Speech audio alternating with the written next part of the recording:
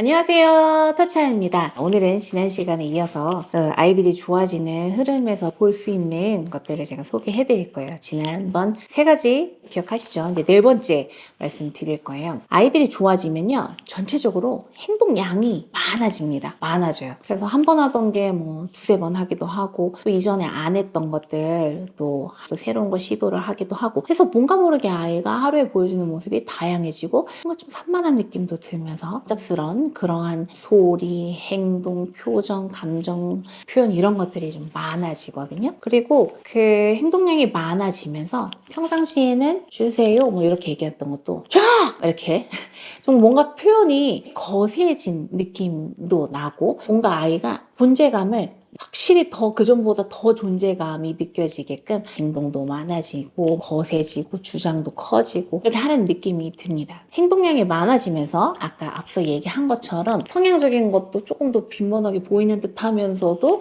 또 건강한 모습도 빈도수도 또 많아지고 언어적 시도, 소리량도 이제 많아지고 하는 흐름이 있는데요. 그게 이런 거죠. 그러니까 뇌가 뭔가 작용을 할 때 더 활발하게, 더 자주, 빨리 이 뇌의 작용들이 일어나면은 한 번 하던 거 두 번 하고, 할까 말까 고민했던 거 바로 결정해서 바로 행동으로 이어지게 되고 하는 거잖아요. 그래서 뇌 발달이 촉진되고 뇌의 작용들이 더 원활해지면 이런 모습이 보일 수 있고, 제가 치료를 두고 이런 얘기를 했어요. 치료는 그릇이 커지는 거예요. 그릇이 커지면 어때요? 담을 수 있는 게 많아요. 그렇죠? 이것도 담고 저것도 담을 수 있고, 담을 수 있는 게 이제 많아지는 거죠. 그러니까 아이가 관심 갖는 것도 많아지고, 행동도 다양해지고, 소리도 다양해지고, 하고 싶은 것도 많아지고 막 이렇게 되는 거거든요. 그래서 뭔가 모르게 아이가 활발해졌어. 활발해진 게 약간 산만한 느낌도 들고, 뭔가 모르게 드세지면서 존재감이 점점 확 더 커지는 듯한 느낌이 든다. 그러면 좋아지는 거예요. 그렇게 이해하시면 되시고요. 이제 다섯 번째는 뭐냐면요, 아이들이 사회성이 좋아지는 과정이 무엇보다 사실 중요하죠. 특히 자폐 성향이 있는 아이들 중에 소통 욕구가 없었고 소통할 수 있는 방법들을 잘 모르다가 좋아지면 이제 사회성이 좋아집니다. 사회성이 좋아지면서 지금 만약에 아이가 이제 5살인데 사회성이 좋아지고 있어. 근데 5살 또래 아이들만큼의 사회성처럼 뿅 하고 행동이 바로바로 나오면 참 좋겠죠. 그렇지만 보통은 그렇지 않아요. 아이가 사회성이 좋아지면은 지금 나이보다 조금 더 어렸을 때 했었어야 하는 사회적 행동을 차곡차곡 보여주고 그 안에서 경험하고 스스로 조절하고 하면서 제 나이 연령의 사회성까지 성숙해지는 모습을 보여주거든요. 쉽게 말하면 이러죠. 이제 5세인데 3세 아이들이 하는 물건을 뺏는다거나 다른 사람이 뭐 막 싸우면 그거 보고 있다가 막 무너뜨린다던가 이렇게 다른 사람을 방해하거나 하는 행동 보일 수 있고, 또 가만히 있다가 상대방한테 다가가더니 이렇게 민다든지 그 사람 뭐 머리를 잡아당긴다든지 하는, 조금은 적절하진 않지만 충분히 조금 더 어린 연령의 아이들이 호기심에 의해서 할 수 있는 그런 모습들을 보이는 거죠. 그래서 예전에도 그런 어머님들 많이 봤어요. 우리 아이가 지금 6살인데 사회성은 많이 좋아지긴 했는데 4세 아이 수준인 것 같아요 라는 얘기를 하는 거예요. 그러다가 한 3-4달 지나서 또 상담을 했는데 우리 아이가 사회성이 더 좋아졌어요. 이제는 좀 1살 정도 어린 5세 아이들하고 노는 거는 무리가 없어요. 그래서 지금 1살 어린 5세 수준 되는 것 같아요. 이렇게 상담을 하고, 또 이제 몇 달에 한참 얘기하다가 이제는 진짜 또래 수준으로 사회성이 많이 올라와서 저는 별로 걱정하지 않아요. 이렇게 얘기하시는 부모님들도 이제 많이 있었거든요. 우리 아이가 사회성이 좋아질 때 좋아지는데 딱 지금 현재 우리 아이의 연령에 맞는 사회적 모습으로 뿅 하고 보이는 게 아니라, 그러니까 이전 연령의 아이들이 보통 하는 사회적 모습들의 행동들을 조금씩 하면서 그 부분들이 경험을 통해서 보고 느끼고 생각하면서 점점 성숙해져서 자신의 연령 또래의 아이들하고 상호작용하고, 형아 누나도 언니 오빠들하고 상호작용하는데 무리가 없을 정도 사회성이 이제 꾸준히 계속 이제 좋아지는 거죠. 네. 근데 부모님들이 우리 아이가 사람들한테 관심이 없다가 관심이 생기면서 물건을 뺏기도 하고, 다른 사람이 먹던 거 그냥 막 가져오기도 하고, 갑자기 친구를 밀거나 때리거나 하는 모습을 너무 불안해하시고 걱정하시고 큰 문제로 생각하시는 경우가 있는데, 행동은 물론 조금 더 좋은 모습으로, 세련된 모습으로 바뀌어야겠지만 일단 상대방한테 관심이 생겼기 때문에 그런 모습이 나오는 거거든요. 그래서 행동은 조금 더 세련돼져야 되고 조절이 돼야 되겠지만 그 의도는 관심 없던 게 생긴 거죠. 뭔가 상대방한테 표현하고 싶은 거죠. 뭔가 내 안에서 느껴지는 거를 상대방한테 전달하고 싶은 거죠. 그거는 되게 좋은 거예요. 그래서 친구를 밀거나 때리는 거에 대해서 너무 예민하게 생각하지 마시되, 대신에 어린이집에서는 꼭 그런 걸로 안전사고 나면 선생님들이 힘들어지실 수 있잖아요. 요즘 어린이집 유치원 선생님들 많이 힘듭니다.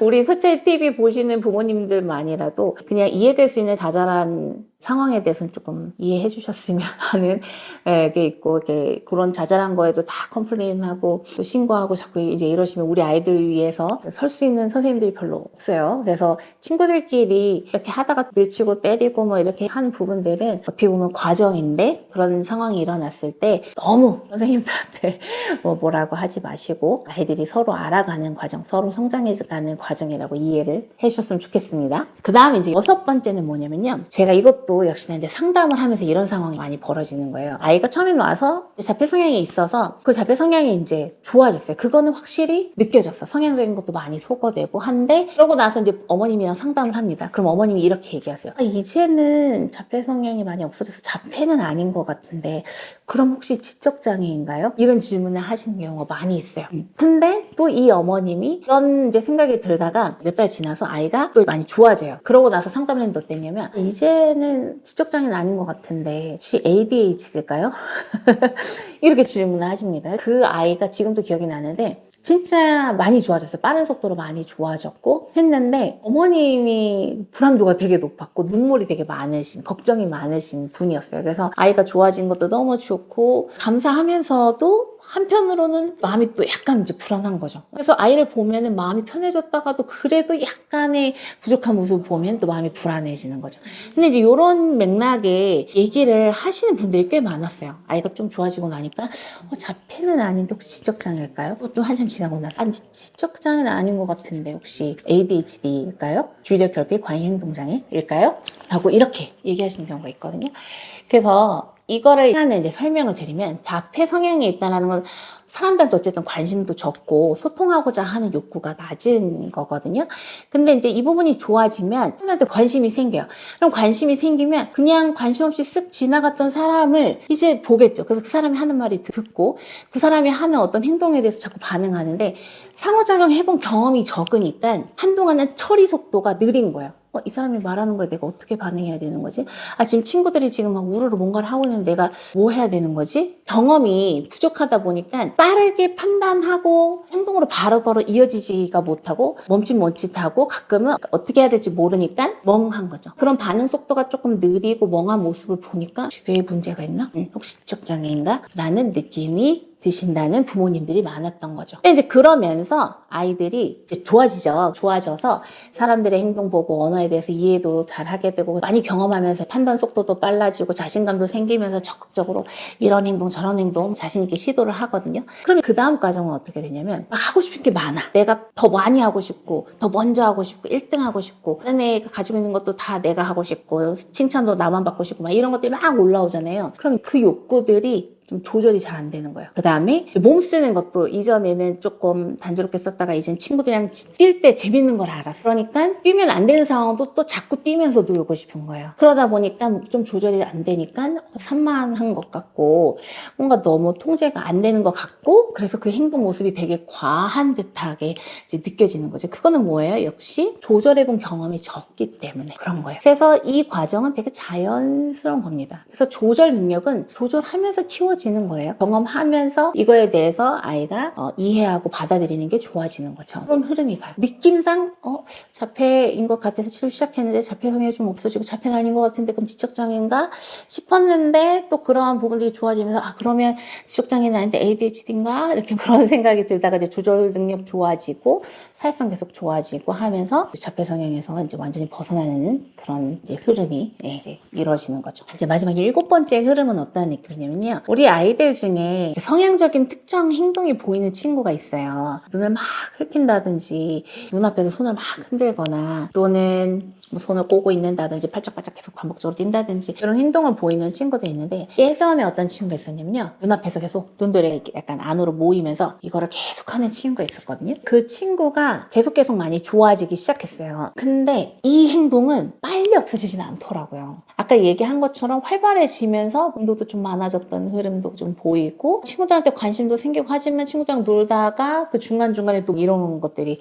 이제 나오는 거예요. 그 친구하고 거의 4년 넘게 이제 수업을 같이 했었고, 계속 좋아져서 이제 아이가 학교 입학을 앞두고 있어서 이제 졸업을 준비하는데, 그래도 이거는 가끔씩 하는 거예요. 완전히 없어지지는 않는 거예요. 그래서 이 부분을 두고 사실 되게 고민을 많이 했죠. 이거는 명확하게 적절하지 않은 행동이고 자폐 성향이 의심되는 행동, 그리고 처음부터 그런 행동을 했었으니까 이거는 자폐 성향적인 모습인데, 분명히 사회성도 좋아지고 언어도 좋아지는데 이건 왜 이렇게 오래 가지 싶었었거든요. 그러고 나서 이 아이가 졸업하기 6개월 전부터는 그 빈도수가, 그러니까 물론 계속 조금씩 줄긴 했었거든요. 근데 6개월 전부터 조금 더 확연하게 적게 보이긴 했는데, 그래도 아예 안 하지는 않았고, 대신에 이렇게 하는데 누가 쳐다보면 딱 눈치 보면서 자기가 좀 조절하고, 또 하려고 하다가 상황적으로 하다가 또 조절하는 그런 모습이 사실 보였어요. 그래서 그 아이가 학교를 가고 나서 제가 한 재작년에도 한번 연락을 이제 했었었는데, 그게 궁금했어요. 졸업할 때도 이걸 가끔 하긴 했었거든요. 그거는 요즘 좀 어때요? 그러니까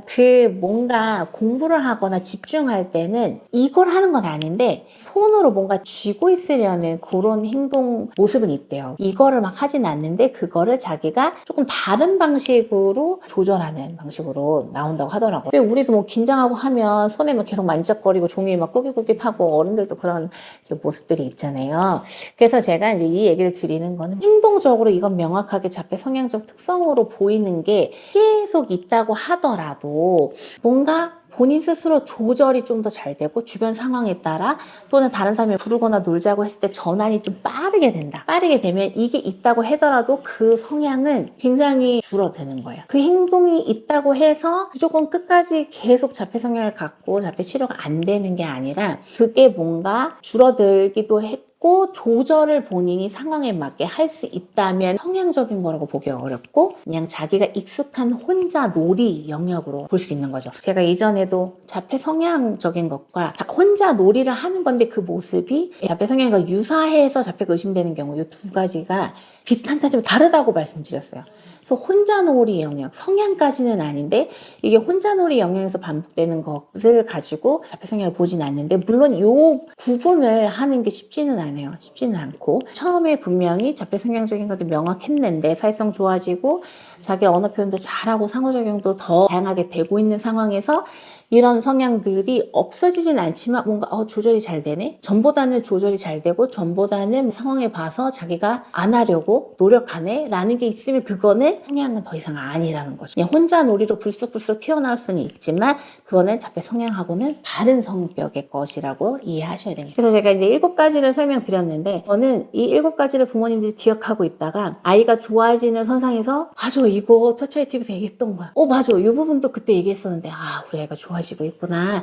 이 방향대로 열심히 하면 우리 아이 계속해서 좋아지겠구나 라고 깨닫는 시간들이 좀 많아지셨으면 좋겠고, 또 그 기쁨과 그 기대감으로 아이랑 더 기쁘게 상호작용하고 더 살 맞대고 몸놀이 하면서 그런 의미 있는 행복한 시간 보내시는 소스가 됐으면 좋겠어요. 제가 자폐 성향별로 아이들이 어떤 흐름으로 좋아지는지도 이제 자료로 최근에 새롭게 정리한 것들이 있거든요. 그것도 영상에 알차게 담아서 공유를 해드리도록 하겠습니다. 집중하는 곳이 커져요. 우리 아이가 좋아지고 성장하는 모습 위주로 보고 그 부분에 함께 기뻐하고 칭찬을 아끼지 않으시고 하면요, 그러면 아이한테도 우리가 집중해주는 그 부분이 커집니다. 성장하고 좋아지고 자폐 성향은 줄어들게 될 거예요. 그 믿음 가지고 꼭 오늘도 아이와 안아주시고 쓰다듬어 주시고 몸놀이 해주시고 언어놀이 꼭꼭 부탁드리도록 할 거고요. 이번 영상도 도움이 되셨길 바라고 좋아요, 구독, 가입까지 부탁드리고 전 다음 영상 들고 찾아뵙도록 할게요. 감사합니다.